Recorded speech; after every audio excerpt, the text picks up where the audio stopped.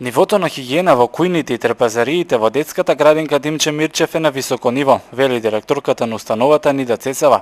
Таа вели дека во сите 6 објекти се работи по упатство за практикување на правилна хигиена во прехранбената индустрија на Министерството за здравство и Институтот за стандардизација, а воедно се имплементира и ХАСАП системот во сите 6 објекти на градинката. Приготвувањето на храната за дечињата се врши во централната кујна. Од централната кујна, каде што приготвувањето на храната, условите, инвентарот, секојдневно се дезинфецира, се води максимална грижа за хигиената. Истата се подготвува и се пренесува со специјално возило, регистрирано за тие потреби, до останатите 5 објекти кои што припаѓаат на нашата установа. Како што се врши дезинфекција и се преземаат сите мерки за уредноста на кујните, истото се однесува и на возилото. Возилото со кое што ја пренесуваме храната, секојдневно го дезинфецираме со цел сите мерки да бидат преземени, да немаме никакви проблеми врзани со безбедноста на храната. Дистрибуцијата на храна од главната кујна пристигнува во дистрибутивните кујни, кои ги има во сите објекти на градинката, и овде се врши сервирање на храната. Исто толку внимание се посветува и на трпезариите, каде децата ја конзумираат храната. Трпезариите во кои што се конзумира храната се подложени исто така на секојдневна дезинфекција, се пребишува просторот на кој што дечињата јадат, освен што секојдневно вршиме дезинфекција на мебелот, на инвентарот. Во трпезаријата, во кујната, исто така годишно правиме дезинфекција на просторот во кој што престојуваат децата, односно занималните.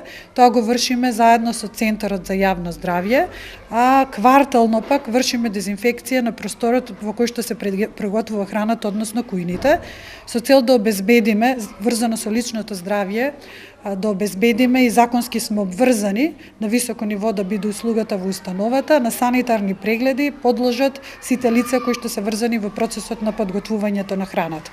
Дезинфекцијата која се врши 2 пати годишно во детската градинка се изведува во соработка со Центарот за јавно здравје. Со ова до установата ги демантираат обвинувањата дека во градинката нивото на хигиена во кујните и трпезариите не е задоволително.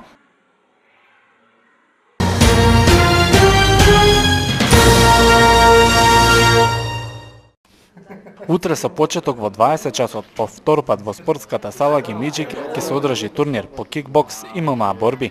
Организаторот клубот Буда очекува уште поголема посетеност од лани, а најавува и поквалитетни борби. Планираме да трае до 22 часот, значи околу 2 часа. Ќе има 8 борби официјално. 2 борби ќе бидат од аматерски карактер со заштитна опрема од глава до пети. Тие ќе бидат во дисциплината low kick и имаме 6 профи мечеви, од кои 3 ќе бидат исто во дисциплината low kick, али без заштитна опрема, само ракавици и заштитна гума, и 3 ММА борби. За жал, организаторите не успеа да обезбедат женска борба, но велат најавените ќе бидат доволно атрактивни за велешката публика. Се очекуваат борци од повеќе градови, како Охрид, Гостивар, Команово, Струмица, Скопје и Тетово. Велешките борци пак се чувствуваат подготвени и очекуваат победи во утрешните дуели. Ќе се натоварам дисциплината low kick. Очекувањата се дека ќе победиме. Си го знаеш противникот кој ти е? Противникот го знам, противникот ми е од Охрид и Стефан. Се вика дечкото. До сега си имал борба со него? Нема, ваа ми е прва борба, али на овој турнир ќе се такмичам втор пат. Мој противник е Филип Стефановски, се вика. 75 кила. Очекувам дека ќе победам. Ќе видам.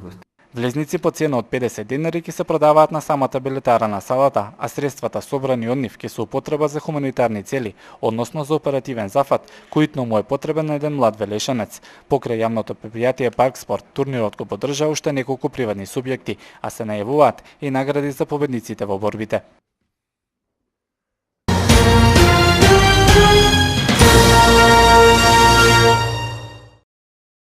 Наместо да одговори зошто со двата ребаланси на буџетот повлече 1 милион денари за проекти кои треба да ги решат дел од проблемите на велешани, власта континуирано се занимава со прозивки кон опозицијата. Ова е ставот на социјалдемократите кои велат дека во ниедна земја власта не се занимава со опозицијата толку колку во Македонија. Очигледно е полесно, велат од СДСМ, да се обвинува опозицијата за се и се што, отколку да се превземат конкретни мерки и активности, такви какви што биле ветени пред народот. Наместо да се споредувате со времињата од пред 5 години, добро е да споредите што сте ветиле, а што оствариле?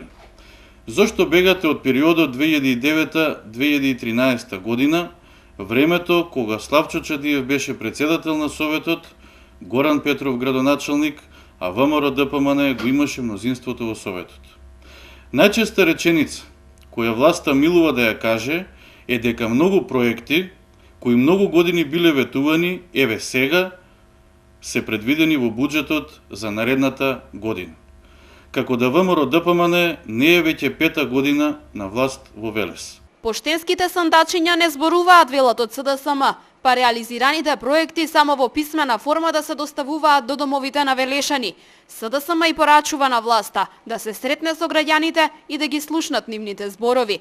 Коларов денеска одговори на обвинувањата дека поднесените амандмани за предлог програмите за 2014 година на самата седница ги квалификувал како безпредметни.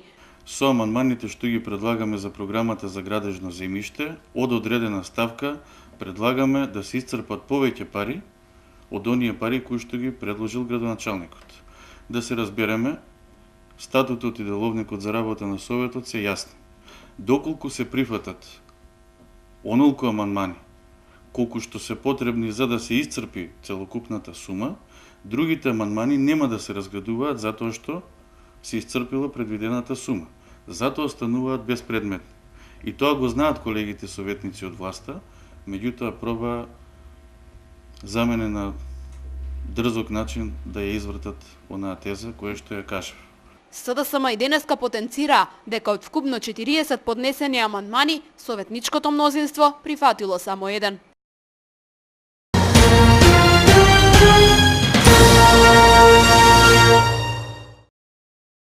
Програмата на СДСМ не представува ништо друго освен маркетиншки трик, одраз на незнаење и класично промашување. Ова е ставот на Општинскиот комитет на ВМРО ДПМН по најавите дека СДСМ и Радмила Шекеринска во недела пред Велешани ќе ги представат програмските определби на партијата. Власта денеска порача на Шекеринска дека не е добре дојдена во градот по резултатите кои нејзината партија ги остави по своето владење.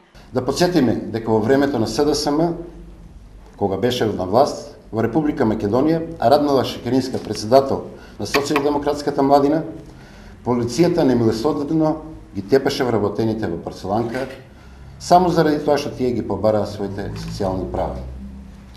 Да подсетиме на лажните вработување кои што Бранко Црвенковски и Радмила Шекеринска ги даваа во 2002 година за вработување по еден член од секое семејство. Токму во периодот на нивното владење, бројот на невработените во Велес достигна највисоко ниво од 16.000 невработени. Токму во време на СДСМ во Велес се именуваа суди и стечајни управници блиски на функционерите на партијата, за потоа, како што вели Коџобашиев, фабриките да ги добијат луѓето блиски на Црвенковски, а и илјадници Велешани да останат без работа. Шекеринска, која тогаш беше подпредседател на партијата, во време на своето владење не стори ништо за да се зголемат платите или пензиите, велат од ВМРО ДПМН. Власта смета дека кога ја имаа можноста, социјалдемократите не сторија ништо за подобар живот на граѓаните. Радмила Шекеринска денес е истата она како во 2006 најжестоко се стави во одбрана на продажбата на Евана, тврдејќи дека тоа е бомбона бизнес. Благодарение на овој бизнес, цената на електричната енергија е драстично зголемена, а граѓаните значително штетени. Господјата Шекеринска беше подпредседател на владата на Бранко Црвенковски, која за ниту еден денар не ги покачи платите, пензиите и социјалната помош на граѓаните. Напротив, од владењето на СДСМ пензионерите го памтат намалувањето на пензиите за 8%.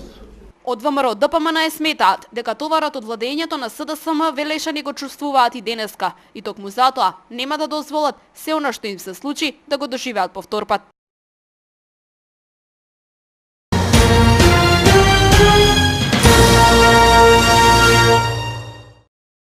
Психологот Асен Парличков денеска со писмен допис до медиумите реагираше за тоа што општинската администрација вчера го прозва за неиспратена стратегија за развој на образованието до Советот на општината, проект кој бил токму во негова организација. Во дописот Прличков тврди дека училишните тимови испратиле развоен план за работа во 4 предвидени цели. За сработеното, вели тој, вработените добиле и сертификати подпишан од тогашниот градоначалник, но проблемот Прличков го лоцира кај некој од општинската администрација. Материјалите од сите основни и средни училишта беа доставени до општина Велес и некој таму требаше така добро изџваканиот материјал да го собере во една целина, а тоа да биде основа за стратегијата. Дали поради немање време или поради незнаење, истото не е направено. Но ако и понатаму некој од општинската администрација цени дека сум останал должен спрема дел од нив, стојам на располагање бесплатно да реализирам обука за дел од нововработените, например на тема што е проект, што се акциони проекти. Со тоа би дал свој допринос како во иднина не би им се смееле граѓаните на Велес да метална табла на која пишува плоштад Којник или таблата закачена на јаворот на Сармаале имаат статус на реализирани проекти, стои во дописот на Прличков.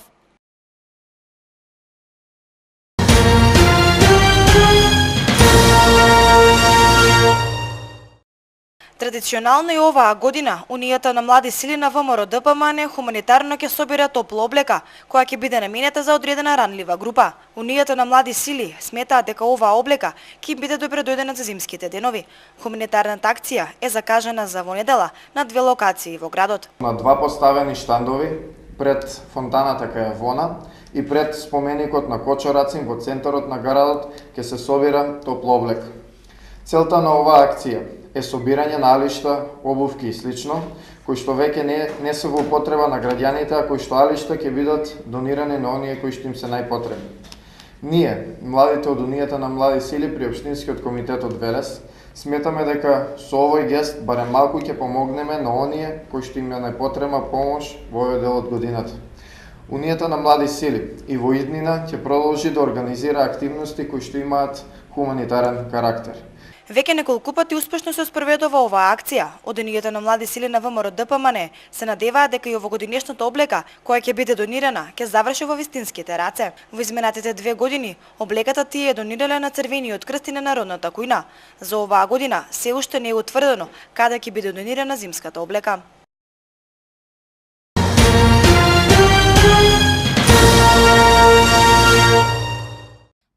Сдруженијето на лица со церебрална парализа по повод 3 декември, меѓународниот ден на лицата со инвалидност, ќе организираат хуманитарен настан во салата Бели Мугри. Настанот ќе се одржи на 2 декември, а средствата кои ќе бидат собрани ќе бидат наменети за Стојанче Димов, кој веќе ќе биде заминат на лекување во Кина. Стојанче на 1 декември заминува во Кина, каде ќе се лекува во болницата за алтернативна медицина. Во соработка е со Димче Мирчев, детската градинка, со Лајонс клубот, со невладината 46664, Сдруженијето на пензионери, односно женскиот дел од Сдруженијето на пензионери, жените пензионерки, организација на жени на град Велес, Сдруженијето на инвалидските пензионери и сите оние веќе ги повикам кои што сакаат да бидат дел од тој настан, повторно ќе организираме и всушност прославата за 3 декември, односно одбележувањето на овој значаен датум, ќе го посветиме за собирање на средства за Стојанче за да му возможиме. Тој веќе ќе биде заминат, меѓутоа еве ова што го кажа и Јана се потврдува дека без разлика од тоа што Стојанче ќе замине, ние понатаму веќе помагаме и ќе се трудиме да му возможиме да го оствари лекувањето и да ги направи своите први чекори. Неговото заминување не значи дека хуманитарните активности за собирање на средства ќе завршат. Сдруженијата кои се борат да ги соберат потребните $15,000 ќе продолжат со хуманитарните активности. Исто така граѓаните ќе можат да донираат средства и преку објавените телефонски броеви и на жиросметката. Инаку вечерва невладината организација 46664, Сдруженијето на лица со церебрална парализа, детската градинка Димче Мирчев и Лајонс клубот од Велес организираат хуманитарна забава во Чао кафе со почеток во 20 часот.